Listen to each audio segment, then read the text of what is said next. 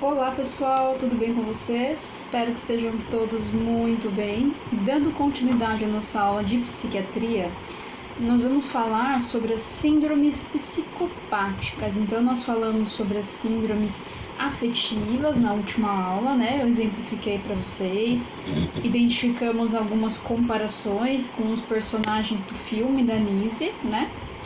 E hoje nós vamos falar sobre outro tipo de síndrome. O que se enquadra nessa síndrome psicopática? Uma doença muito comum que vocês com certeza já ouviram falar, já conheceram alguém, né, que tem contato com pessoas. Então ela se chama esquizofrenia. A esquizofrenia é um tipo de transtorno mental bem complexo, tá? Por que tem essa complexidade?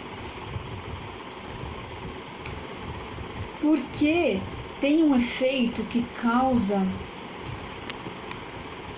uma dificuldade em distinguir o real do imaginário.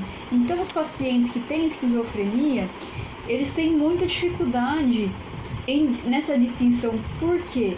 O imaginário é tão presente na vida deles, com visões, alucinações, tá? Experiências diárias que parecem experiências reais. E muitas vezes eles vão nos fazer acreditar que as experiências que eles vivem são de fatos reais. Nossa, como assim, Nicole?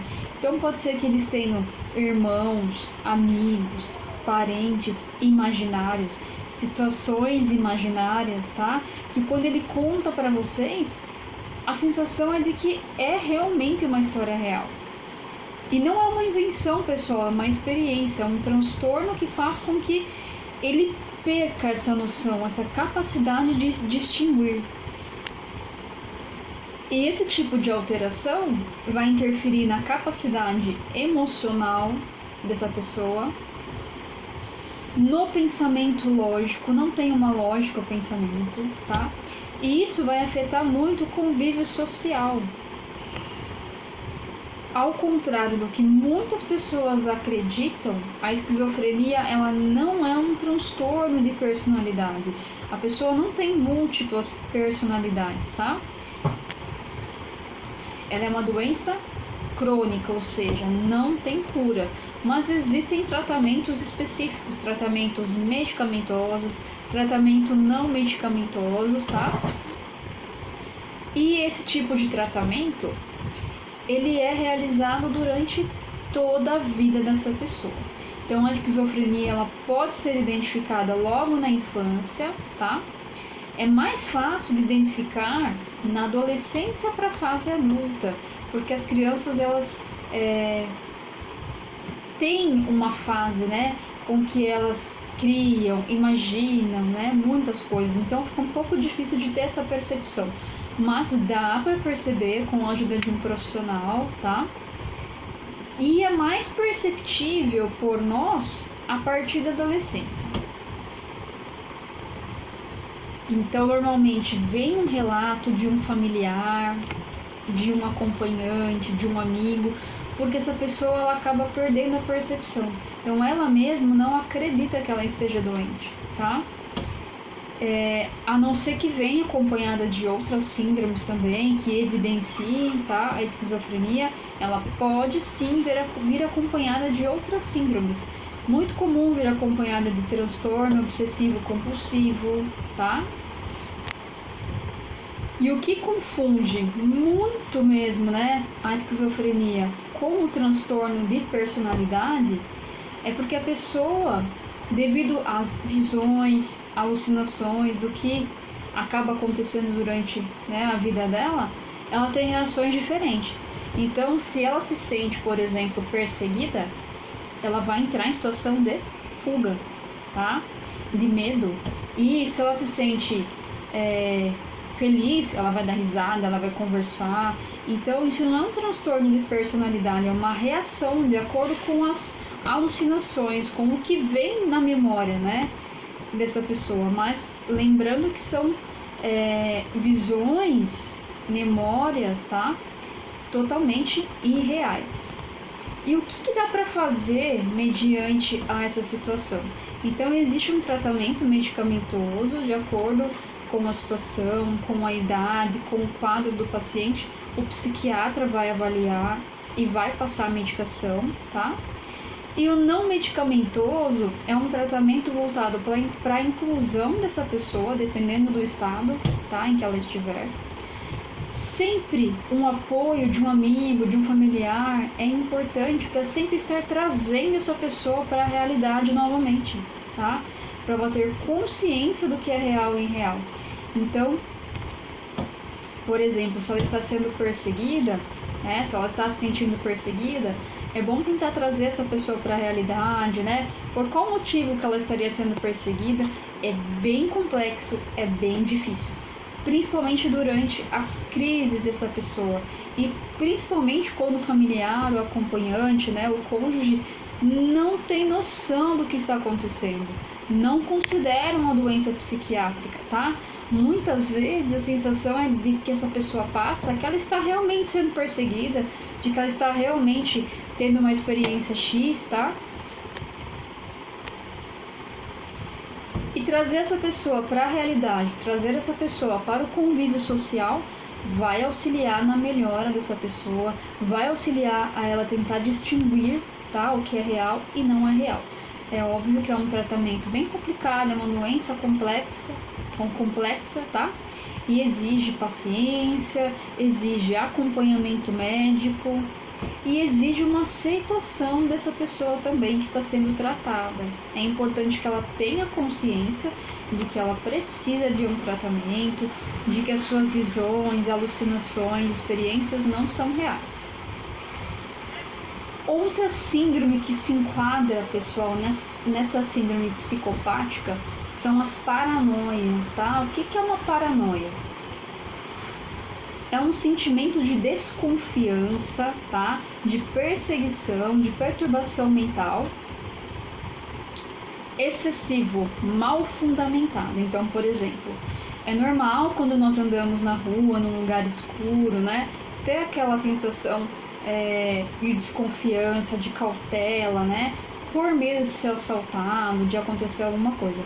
Já essa pessoa, ela tem uma desconfiança excessiva que não é fundamentada. Então ela olha para alguém e acredita que essa outra pessoa não gosta dela, que está fazendo mal a ela, que quer matá-la, que quer prejudicá-la, sem nenhum tipo de fundamento, tá? Sem nenhum tipo de comprovação.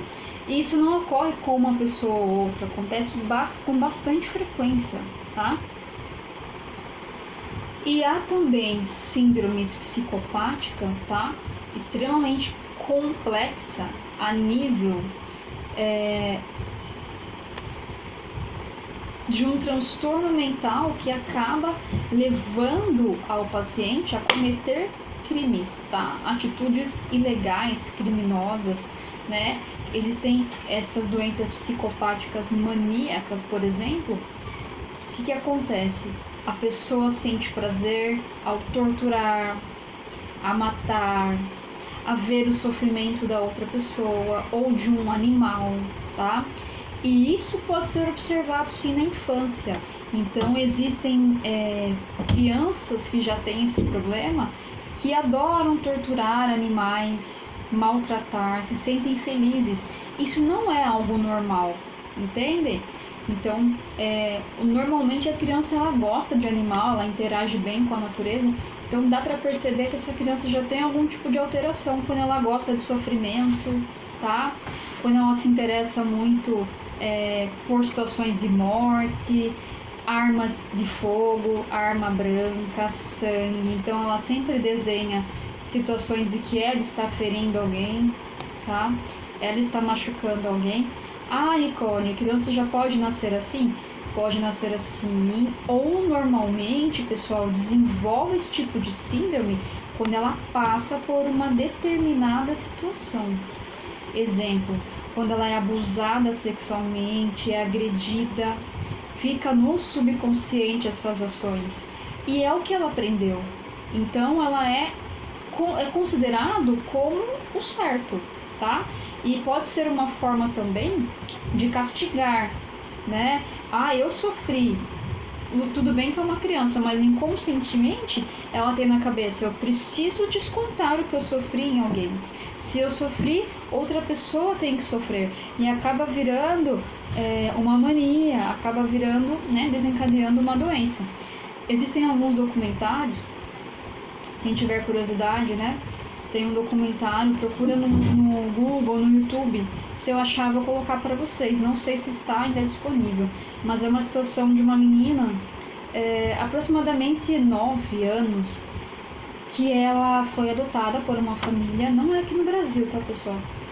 E várias vezes durante a madrugada, a família acordou com ela tentando matar irmão, cachorro, a mãe, o pai, né, os pais adotivos, e sem entender o porquê, se eles tratavam ela super bem, sabe?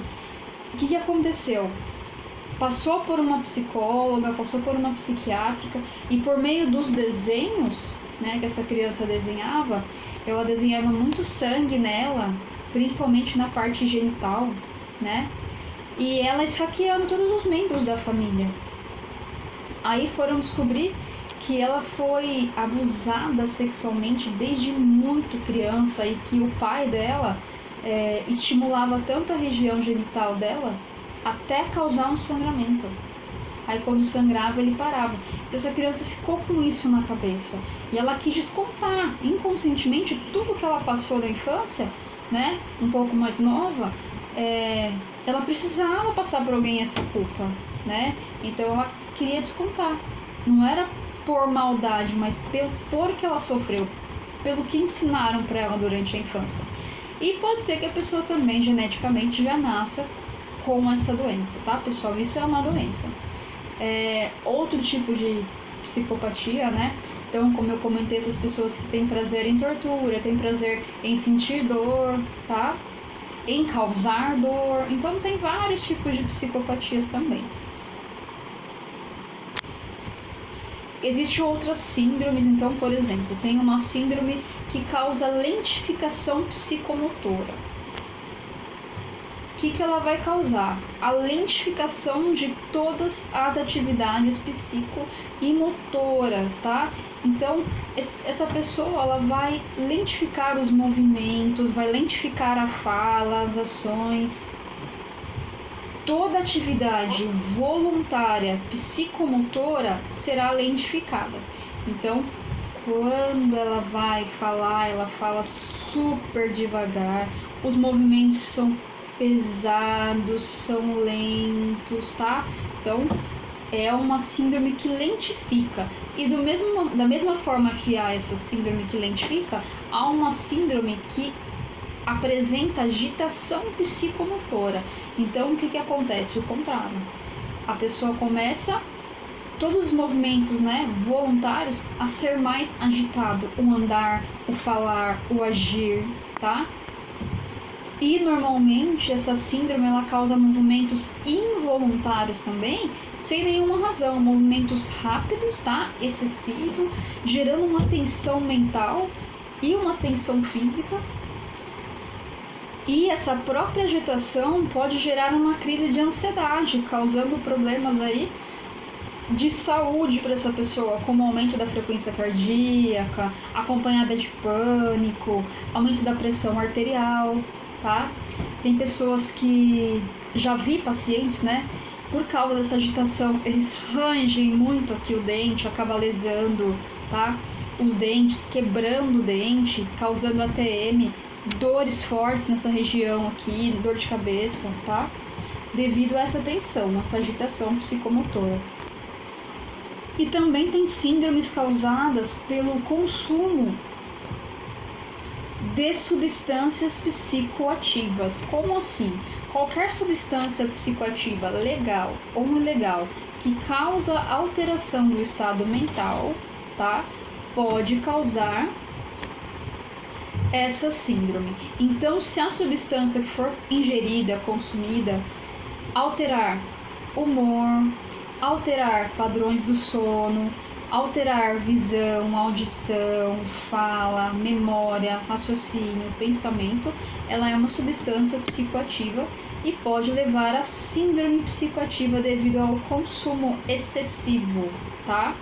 Então, um dos exemplos são as drogas. Mais pra frente nós vamos conversar um pouquinho sobre as drogas ilícitas e seus efeitos, tá?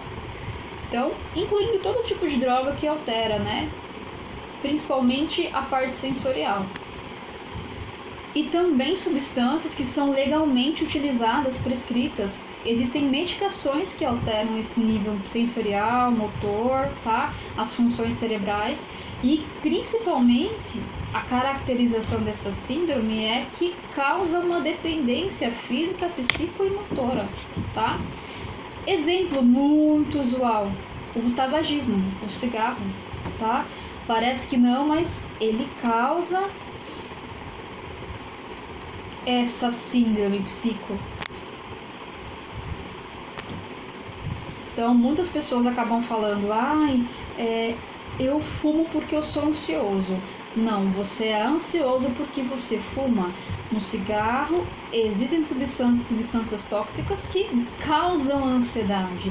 Aí quando acende o próximo cigarro, melhora. Aí novamente ela vai causar uma outra situação de ansiedade. A pessoa acende o cigarro e melhora. Então a sensação é que o cigarro melhora a ansiedade, mas não. Quem causa a ansiedade é o cigarro.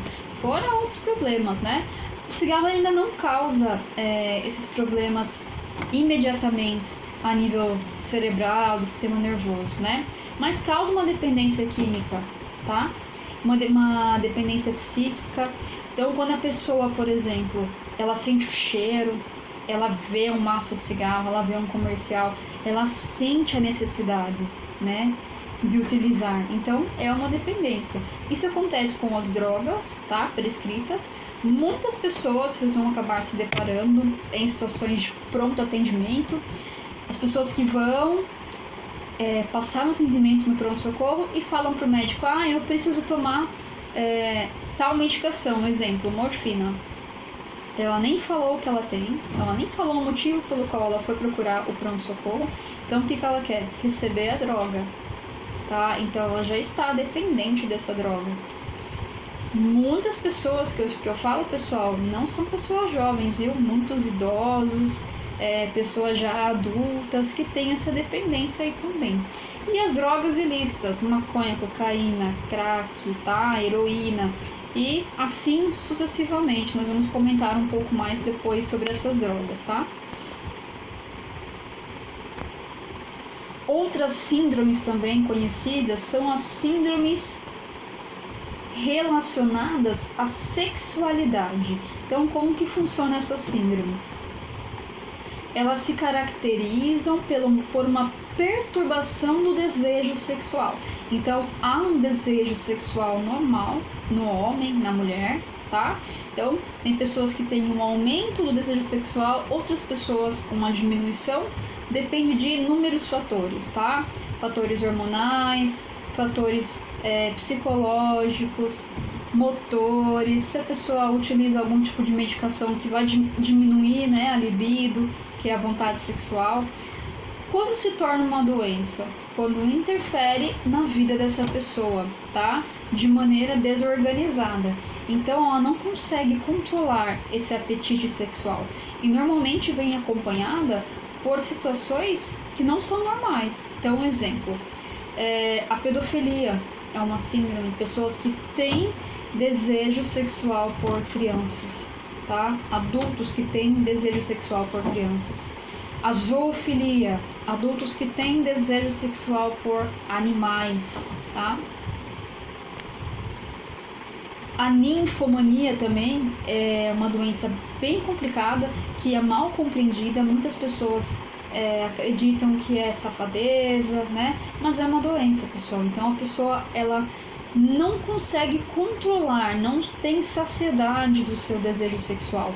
Então ela acaba tentando formas repetitivas, incontroláveis de sentir prazer. Ela acaba se machucando, ela acaba sofrendo, acaba com remorso porque ela se relaciona com outras pessoas e depois não sabe explicar o porquê que ela fez isso, tá? sem ter uma vontade, apenas por desejo sexual. Então ela é bem complicado. Então, entre outras doenças, tá? Eu dei alguns exemplos. Então, vai acabar causando uma dificuldade no convívio social, vai causar sofrimento para a pessoa, vai causar sofrimento, dependendo da doença que a pessoa tiver, né? Para a pessoa que está submetida aos desejos sexuais dessa pessoa que está doente, né? Então, por exemplo, uma criança, ela não tem desejo sexual dessa forma, ela não compreende. Então, quando um adulto se aproveita dessa situação, além de ser um crime, né, causa sofrimento para essa criança. Em algumas situações também, pessoal, as crianças sofrem algum tipo de abuso, tá? Só que esse abuso não necessariamente vai machucar, vai causar uma sensação ruim. Existem várias formas de abuso sexual, tá? E essa criança, ela vai achar que é normal, que isso é legal, que causa uma sensação boa. E ela vai crescer com isso na cabeça, porque foi o que ela aprendeu. E ela vai acabar se tornando doente também, tá? E depois, na fase adulta, quando ela se der conta de que os carinhos, né, supostos carinhos que ela recebia de quem estava abusando sexualmente, não era um carinho, e sim um abuso, uma agressão. E aí vai causar mais transtorno para essa criança, né, para esse adolescente, para esse adulto, que pode desenvolver também uma síndrome, tá? Existem síndromes relacionadas ao sono. Uma síndrome muito comum é a insônia, tá? Então é muito normal ter insônia uma vez ou outra, né? Mas quando essa insônia começa de forma desorganizada, muito frequente, é um distúrbio do sono, tá, pessoal? Outro tipo de síndrome que acredito que todo mundo já passou na vida chama-se paralisia do sono. É uma síndrome muito frequente, mas ela não ocorre várias vezes, ocorre uma vez ou outra. Quando a pessoa tem essa síndrome repetitivamente, porque é muito desagradável, tá? Ela acaba procurando um neuro, acaba procurando um médico para saber o que está acontecendo. Então a sensação nessa síndrome é que quando ela abre o olho, ela está consciente, o sistema nervoso central está respondendo, só que a parte motora não responde. Então, quando ela abre o olho, ela tem a sensação de que ela está presa, amarrada. Não consegue mexer mão, nem braços, pernas, nada. E subitamente volta ao normal, tá? Eu tô dando alguns exemplos para vocês das síndromes do sono, mas lembrando que o sono, ele tem 4 fases, tá? Se qualquer uma dessas fases sofrerem algum tipo de interferência, de dificuldade, tá, constante nessas fases do sono, o que vai ocorrer? Prejuízos mentais, cognitivos, a pessoa pode ter dificuldade em concentração na aprendizagem, transtorno de humor, a pessoa se torna mal-humorada, tá? E esses prejuízos, eles podem se tornar piores a curto ou a longo prazo também, se for, né, se houver esses distúrbios com muita intensidade, com muita frequência. E outras síndromes que estão relacionadas a um estado de demência e as funções orgânicas, tá? Então essa síndrome ocorre quando tem algum tipo de lesão cerebral. Então essa pessoa sofreu um acidente que lesou o cérebro, ou nasceu com alguma doença congênita que lesou o cérebro e causou algum tipo de síndrome. Normalmente essas síndromes orgânicas e demenciais, ou elas aparecem progressivamente, né, vão aparecendo ao longo do tempo, piorando, ou podem ser crônicas, tá? Congênitas, a criança já nasce com alguma síndrome, só que é um pouco mais perceptível às vezes quando a criança começa a falar, começa a ir para a escola, começa a se desenvolver, né? Tem dificuldade em engatinhar, em andar, em falar. Então, acaba sendo um pouco mais perceptível. Ou pode ser desencadeada, percebida na fase da adolescência, na fase adulta. E essas síndromes, normalmente, elas vão interferir, comprometer as funções cerebrais responsáveis pela memória, pelos pensamentos, cognição, capacidade de fazer cálculos, compreensão. Então fica difícil o aprendizado, o entendimento, principalmente na fase da escola, tá? A capacidade de aprendizagem vai diminuindo. A linguagem, por meio da linguagem também é perceptível alguma alteração. E a capacidade de julgamento, julgar o que é certo, o que é errado, tá? O que dá para fazer em determinado momento, o que não dá. E esse comprometimento das funções cognitivas, eles são percebidos normalmente a partir da deteriorização do controle emocional, do comportamento social dessa pessoa, vai deteriorando, tá? Então começa a perceber que essa pessoa, ela fica apática, não demonstra sentimentos, ou demonstra só um tipo de sentimento, frustração, ou só raiva, ou só agitação, ou inquietude, ou um silêncio constante. Começa a perceber nessa fase, por meio desses sinais, tá? O comportamento social também, a relação dessa pessoa com a sociedade, a exclusão social também pode ser um tipo de sinal. E a diminuição da motivação, a pessoa começa a se descuidar, perde a motivação, não quer fazer mais nada, não quer sair, não quer estudar, não quer trabalhar. Então começa a perceber, né? E conforme for piorando o quadro, essa pessoa não quer se alimentar, tá? Não quer andar, e ela acaba perdendo essas funções motoras. Perde a capacidade de deglutir, perde a capacidade de andar, de falar. Um exemplo muito comum, né, seria a doença de Alzheimer. Então, muitas pessoas começam a conversar sobre essa doença, né? Ah, mas o Alzheimer é tranquilo, vai esquecer de algumas coisas. E não é bem assim, né? No começo é uma doença degenerativa e depois ela vai alcançando a parte motora. Então, a pessoa esquece onde guardou tal coisa. Mas progressivamente ela vai esquecer como falar, ela vai esquecer como é o movimento de engolir, ela vai esquecer como andar, como se locomover, né? Então toda a parte emocional, toda a parte motora, neural vai se deteriorando, tá? Assim como outras doenças cardiovasculares cerebrais. Então, por exemplo, um acidente vascular encefálico, né, que é um AVE, pode causar também essas complicações, tá? Gerando essas síndromes orgânicas demenciais. E a senilidade também, conforme as pessoas vão envelhecendo, pode ser que haja, né, essa chance de favorecer a essas síndromes demenciais, tá? Por conta da idade, aí acaba acontecendo as demências, tá, pessoal? Lembrando que o Alzheimer, que eu dei o exemplo, ele pode começar os seus primeiros sinais a partir dos 45 anos, a pessoa já pode desenvolver alguns sinais de Alzheimer, tá? E é uma doença progressiva também, tem tratamento, dá para desenvolver um tratamento, tanto medicamentoso quanto não medicamentoso, tá? Acompanhamento, mas não vai curar, tá? O Alzheimer vai tratar para essa pessoa poder ter a qualidade de vida, né, até o final da sua vida. Então, pessoal, por hoje nós ficaremos por aqui.